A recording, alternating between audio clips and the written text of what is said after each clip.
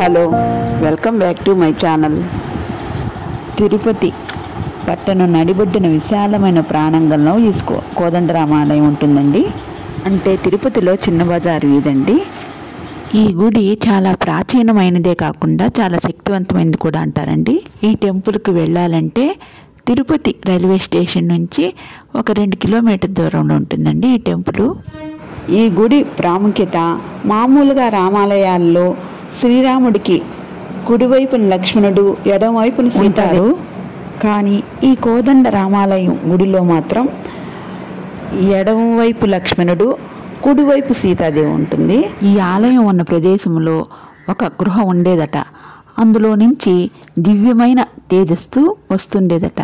సీతాదేవిని అన్వేషిస్తూ ఆ గృహలో రాములు వారు, లక్ష్మణుడు సేద తీరుతున్నారా అన్నట్లు ప్రాచీన ప్రాంతం వారు చెప్పుకునేవారు అంటారు.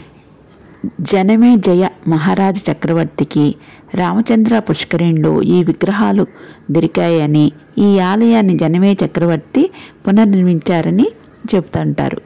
ప్రతి మాసం వచ్చు శ్రీవారి జన్మ నక్షత్రంలో అంటే పునర్వసి నక్షత్రంలో సీతారాముల వారికి కళ్యాణోత్సవం జరుగుతుందండి. ఈ గుడిలో శ్రీరామనవమి కళ్యాణోత్సవం ముందు ఉత్సవాలు జరుగుతాయండి. గుడిలో ఆంజనేయ అవతారంలో ఉన్న ఆ బాబు మా అన్నయ్య మనవడండి.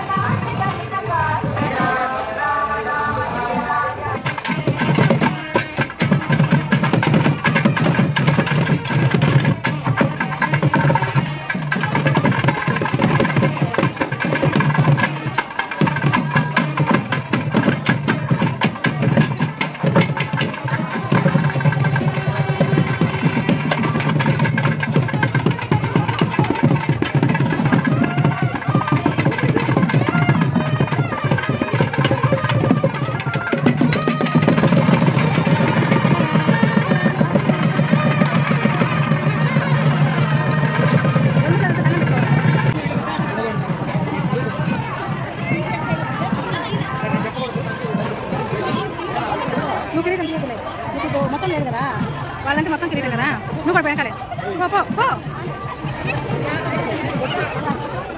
ఆ కిరీటం రాదు.